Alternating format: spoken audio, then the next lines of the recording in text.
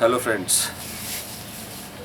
So, I welcome all of you to this YouTube channel, that is Amit Sinha IAS Academy, which is an online initiative to engage you constructively, purposefully during this period of lockdown. And I told you also earlier that we're going to discuss about the NCERT based content largely, so that people who actually get difficulty in going through the NCERT can have a fair idea about the content of NCERT, and then accordingly they can dwell into, or they can move into reading the book of NCERT. So I don't claim that one should not actually read the book of NCERT. This video is simply going to assist you in the context of taking an interest in reading the book of NCERT after watching the content of this particular video. Okay. So as we know that in our earlier videos we have already discussed about a few chapters of NCERT. So today I'm going to give you a brief idea about the chapter number 2 and chapter number 3 of NCERTs. So see, NCERT of class 12 written by Bipin Chandra on modern India is one of the most prescribed books, or rather I would say textbooks for civil service examination. Now, there only, if you see the chapter number 2 is actually on the European penetration and the British conquest of India.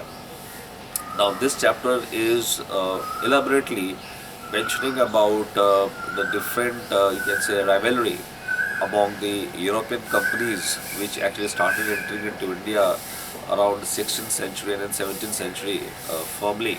And then afterwards, how the British East India Company, it actually not only survived, rather it conquered almost the entire country, entire territory of India, in fact. So this particular episode has been elaborately mentioned and discussed in this particular chapter number 2 of NCERT. So starting with, let's see how the NCERT talks about this particular chapter.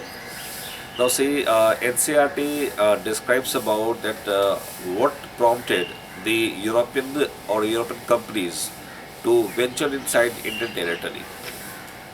Now see, this is a long history. Our history started somewhere around in 15th century because of the fall of Constantinople in the hands of the Ottoman invaders. All right. After that, of course, the so-called outbreak of Renaissance took place, and this Renaissance led to, you can say, a spurt in the activity of commercial revolution, scientific inventions, and also the rediscovery of the ancient literature. So these all things actually happened together somewhere around in the middle of the 15th century. And because of these all factors only, people like Columbus and Vasco da Gama, they started venturing outside from the European territory in search of some new land, some new territories of the world to actually, of course, to conduct their business and to actually conduct trade and commerce in those particular areas. So as you must have a fair idea about that, Columbus was able to discover America in 1492, and similarly Vasco da Gama was able to discover India in 1498, and when he reached down to Calicut, that was actually the route that he was able to discover from Europe to India via sea ways. And this what actually was the development of the 15th century. And then afterwards, what we notice?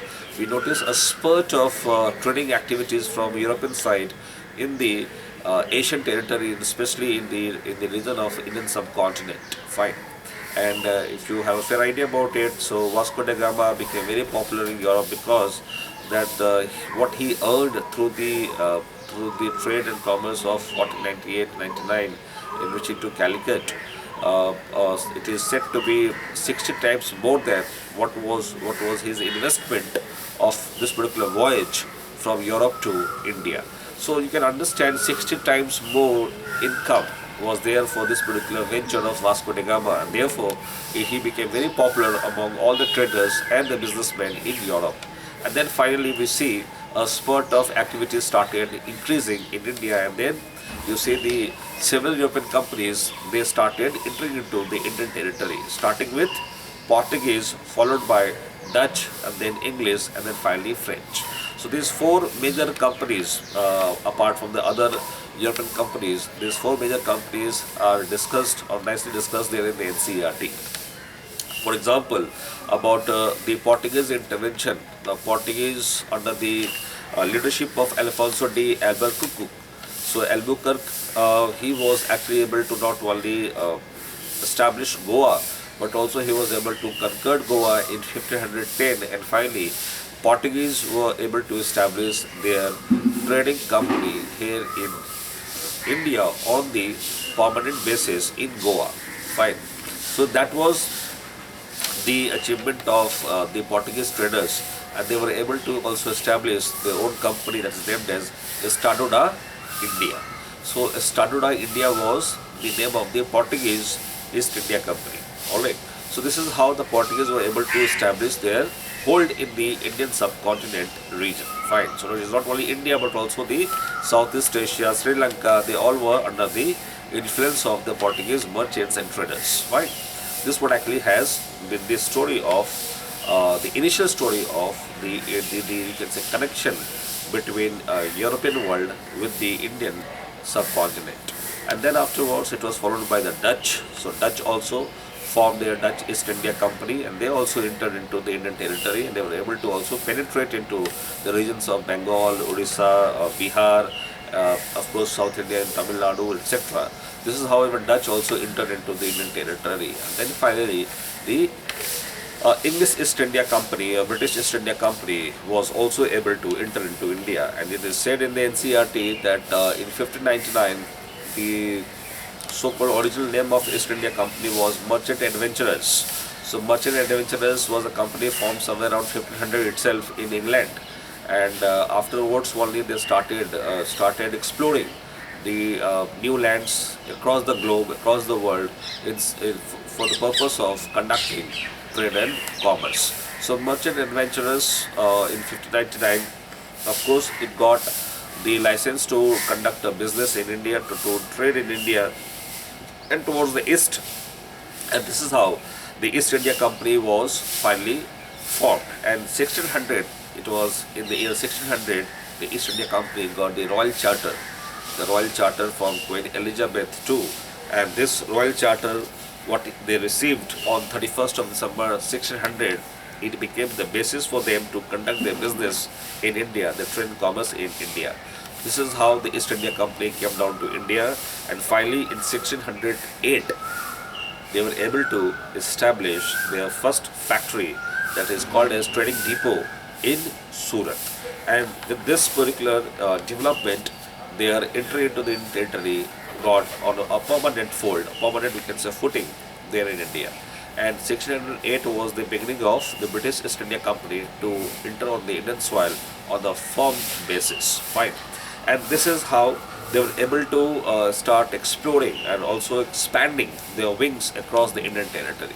Then finally, as we all know, that Captain Hawkins was sent to Jahangir's court by the East India Company to seek the royal firmans to do business, to conduct business without any interruption from the Mughal authority at that point of time in India.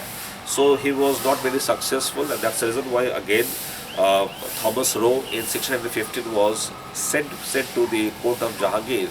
But Thomas Roe is said to be, said to have been quite successful in terms of acquiring the royal firman to conduct business to all parts of the Mughal Empire in India.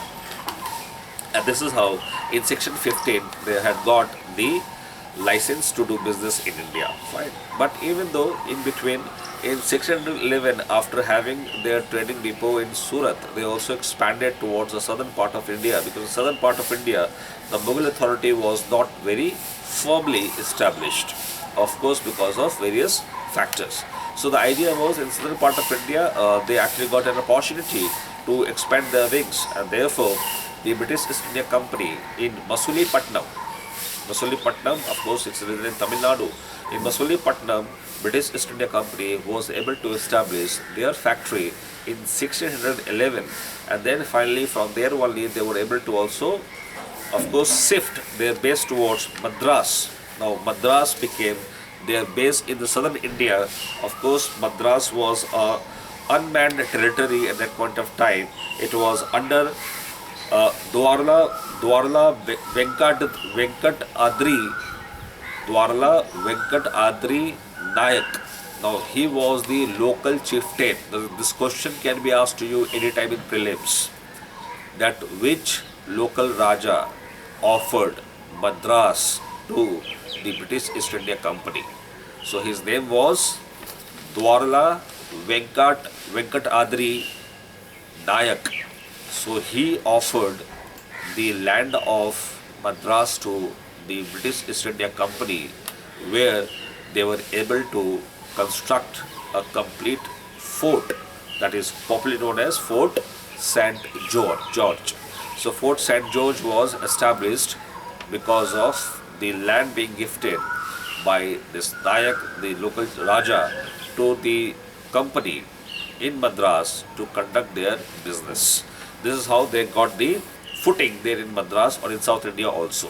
So this all actually had happened by that time, and then finally by 1633 they were also able to expand towards eastern part of India, and Odisha became their first we can say area in the eastern part of India to establish their factory. And then afterwards Hooghly in 1651.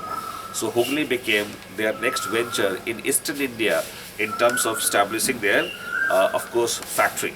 This is how their experiment in India started of course increasing. So you can see in South India, in West India, in East India, they already had got expanded. Now the time came for also getting another very important territory for the British East India Company, that was Bombay. Now see, Bombay was already under the occupation, or you can say the control of the Portuguese merchants. Now what happened 1662, the Portuguese king married his daughter, the princess of Portugal, of course, kingdom, was married to the monarch of Britain. He was King Charles II. So King Charles II married with the princess of Portugal, and in lieu of that, he got Bombay in dowry. Dowry में मिला था Bombay king Charles to को, और इसी कारण से बॉम्बे फिर finally Britain के पास आया. तो 1662 में ये शादी हुई और ये इसके कारण डॉरी मिला. फाइनली 1668 में this Bombay was officially transferred to the British East India Company, and immediately the company fortified the area of Bombay also. Now you can see why they used to do fortification. Now fortification was basically being done just to safeguard the interest of business or trade and commerce in those areas. So one question can be asked to you in prelims, and that is, what do you mean by a British factory, or what do you mean by a European factory in India? Because it is very clearly mentioned in the NCERT. The factory means, of course, a fortified area. Fine. It also means, of course, an area within which you will be having warehouses or the storage houses. Thirdly, this area must include also the official, you can say, official building structure where the official works could have been done. And fourthly, this area also included the residential places, residential apartments or houses for the British officers or British merchants who were there in these factories. But what was not there in the factory? It appears that factory must include the manufacturing activities, but in the European factories, the manufacturing activities was not established. So in other words, if this question is asked to you, that what do you mean by the factory, what all consisted of the concept of factory? So you have to remember, factory did not include any of the manufacturing unit. Alright, it was only a trading port. Alright, it was only a trading port for the European traders, especially for the British East India Company also. Now you can see this is how their expansion became very much formidable across the Indian territory, and finally they became so, you can say, enthusiastic and so, you can say, overconfident that they even challenged the Mughal authority in terms of conducting the business uninterruptedly and even not abiding by the the norms, the rules, or the orders of the Mughal authority at that point of time.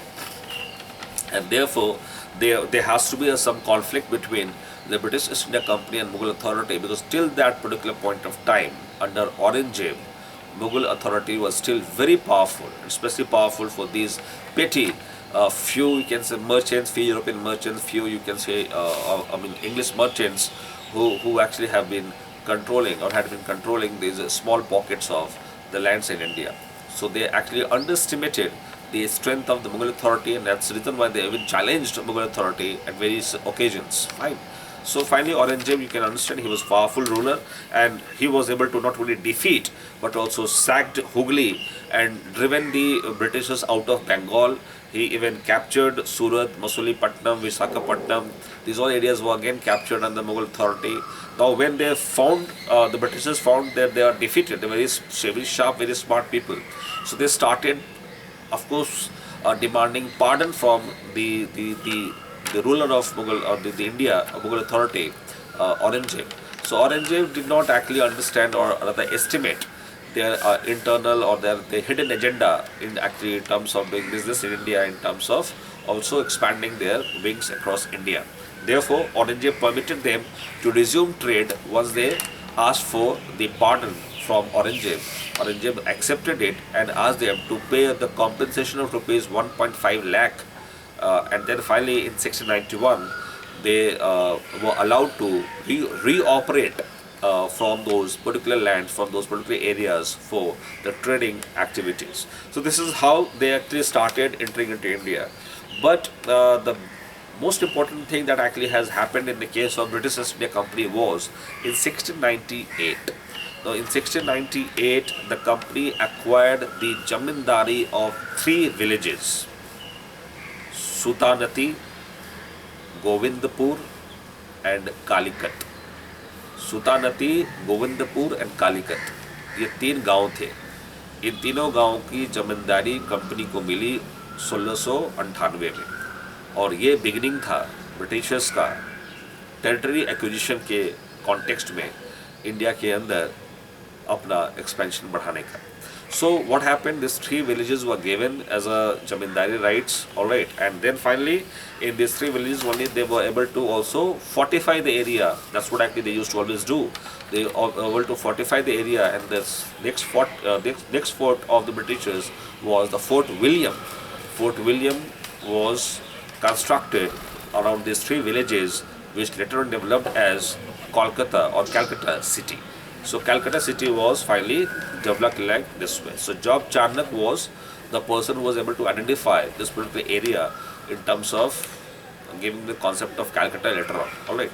So this is how they were able to finally also get the foothold in the eastern part of India. Fine. And then finally in 1717, when Farrukh Siyar came into power, so Farrukh Siyar is said to have extended the Royal Farman to the British East India Company to do business across the country. And this particular Farman was nothing, it was simply an extension of what Aurangzeb had extended in 1691 to the British East India Company in India. So what Farrukh Siyar did, Farrukh Siyar simply extended this particular Royal Farman to do business, especially in the area like Gujarat and Deccan also, for the company. This is how the company was able to expand their wings across India.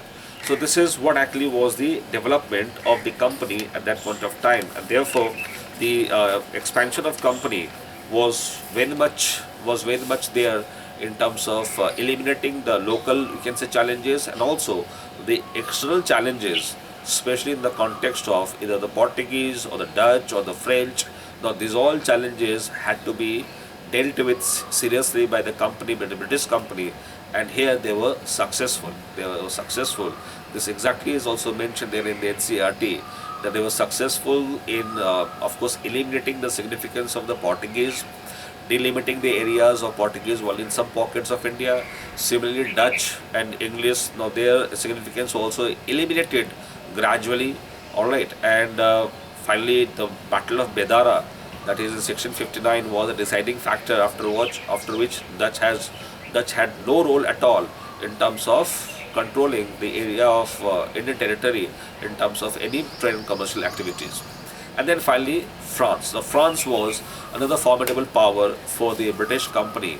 And here, for meeting this particular power, we actually have to understand the Anglo-French rivalry in the form of the actually three kinetic wars. So kinetic wars were actually fought, and this Anglo-French rivalry can be seen in the context of that particular kinetic wars. And finally, by 1763, when this rivalry had become almost non-significant for the Britishers. Alright, in the meanwhile, already the Britishers were able to expand their wings in the eastern part of India in the Battle of Plassey only. They were able to defeat the Nawabs Bengal. So that actually already had taken place. And then finally, the influence of France in Deccan in South India was also eliminated by the Britishers, and they were able to form a strong base for their own empire in India. So till this particular issue, we'll take up one aspect of this video. In the second video, we'll start with the Anglo-French rivalry and the kinetic wars, and how British company was able to expand and conquest their entire, you can say, the territory of India in the guise of the merchants or the traders in India. So till now, thank you. Again, I'll see you in the next video. Thank you.